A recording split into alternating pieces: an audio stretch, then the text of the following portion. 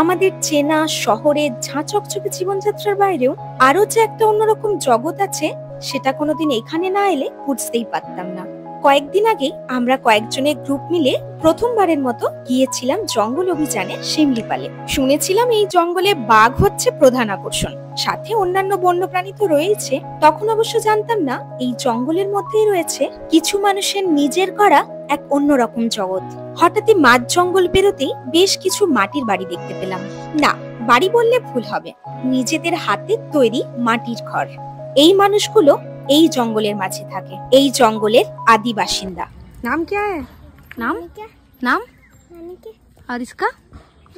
যেখানে আমাদের গাইড বারবার মানা করেছিলেন মাঝ জঙ্গলের মধ্যে গাড়ি না দাঁড় করাতে, কোনোভাবেই গাড়ি থেকে না নামতে বন্য প্রাণীর ভয়ে, সেখানে এই মানুষগুলো দিনের পর দিন এই জঙ্গলের মধ্যেই তাদের জীবন কাটাচ্ছেন।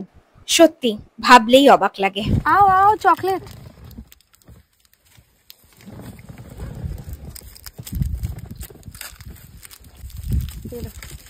उन चारों के लिए टाटा। सब मिल के ले लो। हाँ टाटा। টুকটাক আমাদের কাছে কিছু খাবার ছিল, যেগুলো ওদের সাথে ভাগ করে নিলাম। আমাদের এই চিরাচরিত সভ্য জগৎ থেকে অনেক দূরে প্রকৃতির মাঝেই কেটে যায় এই মানুষগুলোর জীবন। প্রকৃতির মাঝেই খুঁজে নেয় এরা খুশির ঠিকানা। আজ ওদের সাথে আমরাও নিজেদের খুশিটাকে অনেকটা ভাগ করে নিলাম।